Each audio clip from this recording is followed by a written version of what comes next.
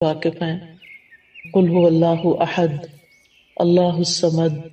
لم یلد ولم یولد ولم یکن لہ کفوا احد. اور اس صورت کی فضیلت سے بھی واقف ہے، کوئی نئی بات نہیں ہے ہمارے لیے، ہم سب جانتے ہیں. تو اس کی اتنی بڑی فضیلت کس بنا پر ہے؟ اخلاص ہی کی بنا پر ہے نا. تو جس طرح اللہ سبحانہ و تعالیٰ ایک ہے، قل هو اللہ احد، تو پھر جو کام یا جو عبادت اس کے لیے ہو وہ بھی بس صرف اس ایک اکیلے کے لیے ہونی چاہیے،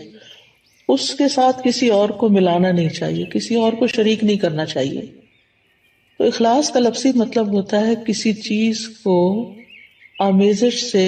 چھانٹ کے الگ کر دینا، یعنی کسی دوسری چیز کی ملاوٹ سے بالکل الگ کر دینا اس کو. اور لغوی معنی اخلاص کے ہوتے ہیں پاک صاف ہونا اور خالص ہونا، یعنی ہمارا عمل جو ہے جو ہم اللہ کے لیے کرتے ہیں وہ ہر طرح کی آمیزش سے بالکل صاف ستھرا ہو، خالص ہو، پیور ہو.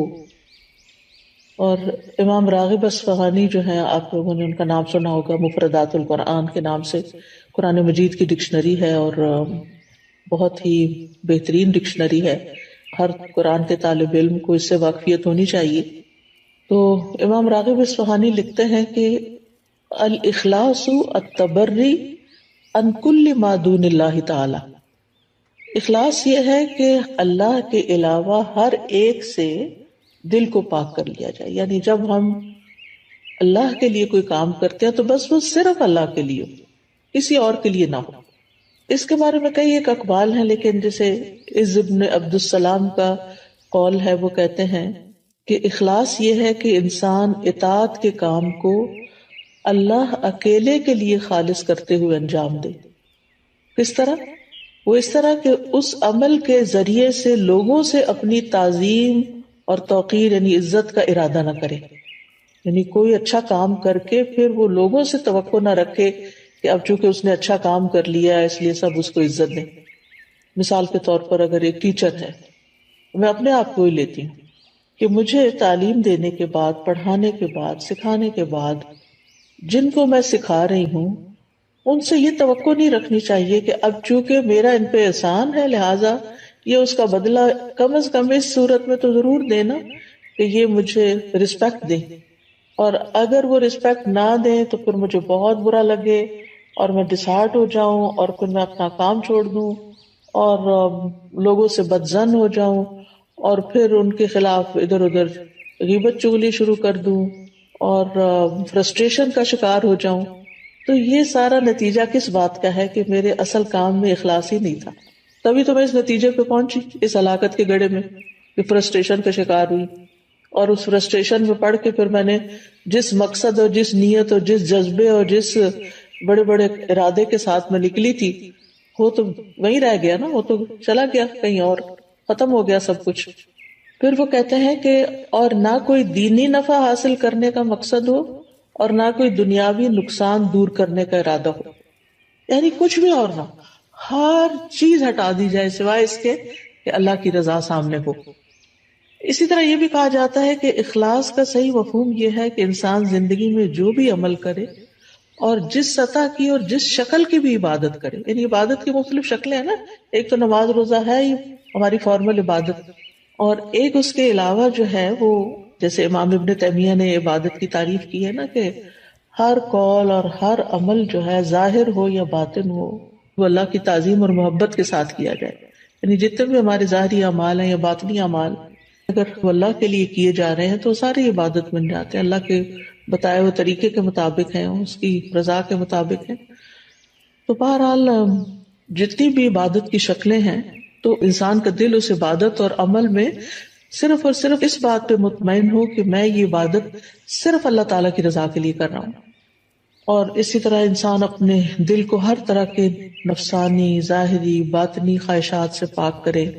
اور اپنی ساری حرکات، سکنات اور ہمارے خیالات اور یہ جتنی بھی چیزیں ہیں ان سب میں صرف اللہ سبحانہ و تعالیٰ کی رضا مقصود ہو. یعنی ہم ایک ہاتھ بھی اٹھائیں، ہمارا مسکرانا بھی، ہمارا دیکھنا بھی، ہمارا چلنا پھرنا، یعنی جو ہی ہمارے ذہن میں یہ خیال آئے کہ فلاں مجھے دیکھ کے کہے گا واہ کیا اسمارٹ ہے یا کتنی ایکٹیو ہے یا کتنا، تو فوراً اس طرف سے توجہ ہٹا لی جائے. ایسا شخص لوگوں سے کتنا بے نیاز ہو جاتا ہے نا، لوگوں کی تعریف سے بے نیاز ہو جاتا ہے، لوگوں کی طرف سے پہنچنے والے فائدے کی توقع سے بے نیاز ہو جاتا ہے کہ یہ اس طرح میری قدر کرے گا اور اس طرح مجھے اپریشیٹ کرے گا. یہ ایسا انسان سارے چنگلوں سے ایک طرح سے آزاد ہو جاتا ہے، کیونکہ اس کی نظر صرف اللہ کی رضا پہ لگی ہوئی ہوتی ہے. اللہ سبحانہ وتعالیٰ نے قرآن مجید میں ہمیں حکم بھی دیا ہے سورۃ البینہ میں،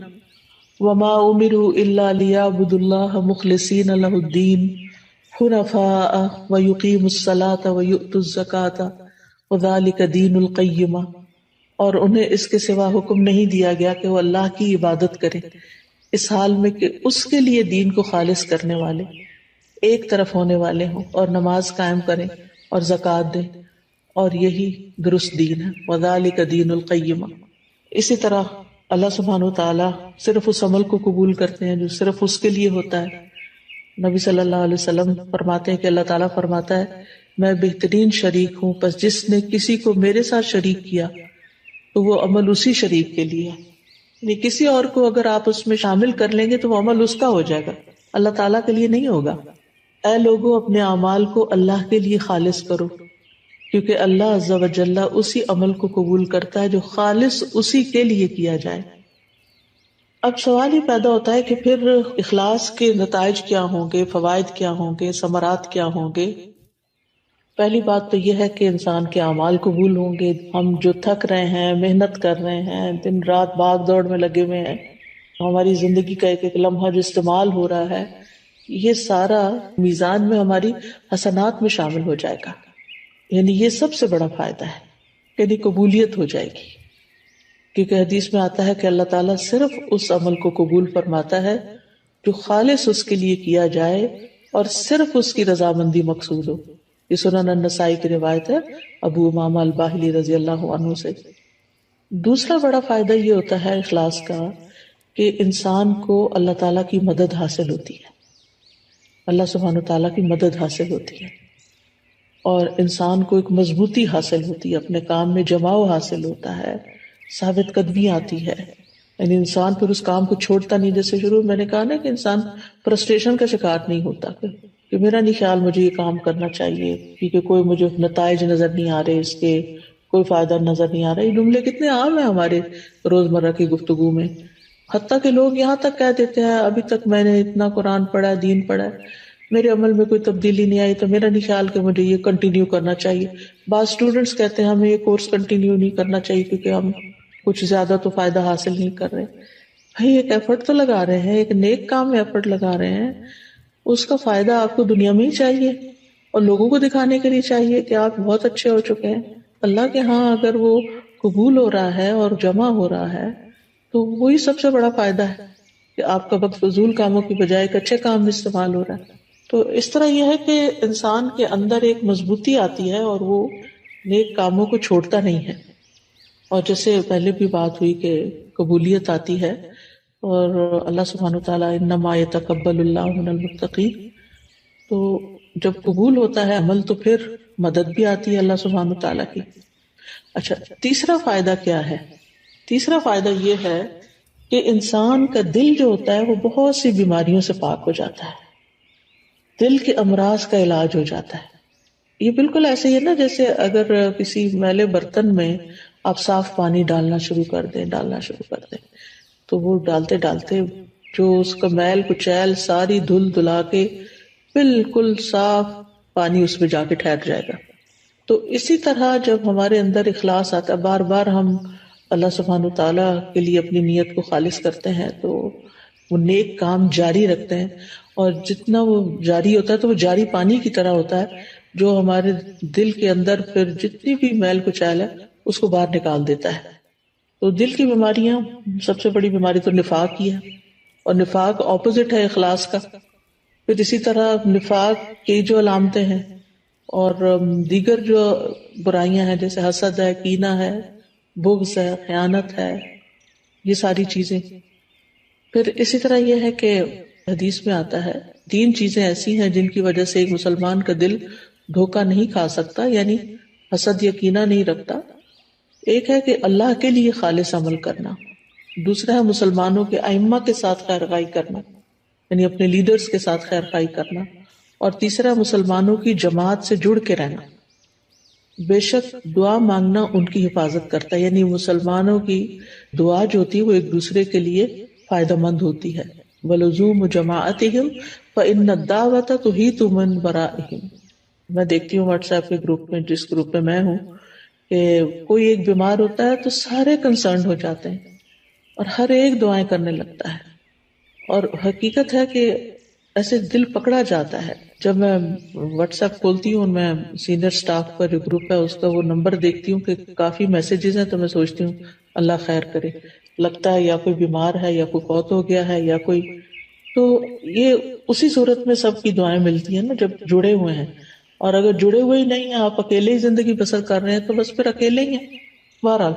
پھر اسی طرح اخلاص کا چوتھا فائدہ یہ ہے کہ جو دنیاوی عمل بھی جو ہوتے ہیں نا، دنیاوی کام جیسے کھانا پینا ہے، بچے پیدا کرنا ہے، شوہر بیوی کا تعلق ہے، خرید و فروخت ہے، یہ سارے کام بھی اخلاص کی وجہ سے نیک اعمال میں شامل ہو جاتے ہیں۔ جیسے صحابہ نے نبی صلی اللہ علیہ وسلم سے پوچھا تھا کہ اللہ کے رسول، ہم میں سے اگر کوئی اپنی خواہش پوری کرتا ہے تو کیا اسے اس میں بھی اجر ملتا ہے؟ تو آپ نے فرمایا بتاؤ، اگر وہ خواہش حرام جگہ پوری کرتا ہے تو کیا اس پر گناہ ہوتا؟ تو اسی طرح جب وہ اسے حلال جگہ پوری کرتا ہے تو اس کے لیے اجر ہی اجر ہے۔ تو اس میں آپ دیکھیں کہ مثلاً آپ والدین کی خدمت کر رہے ہیں، اپنے روزمرہ کے کاموں میں آپ دیکھیں کہ کچھ کام تو آپ خالص دینی کام کر رہے ہوتے ہیں، لیکن بہت سے کام دن بھر میں دنیاوی کام بھی ہمارے روٹین میں شامل ہو جاتے ہیں،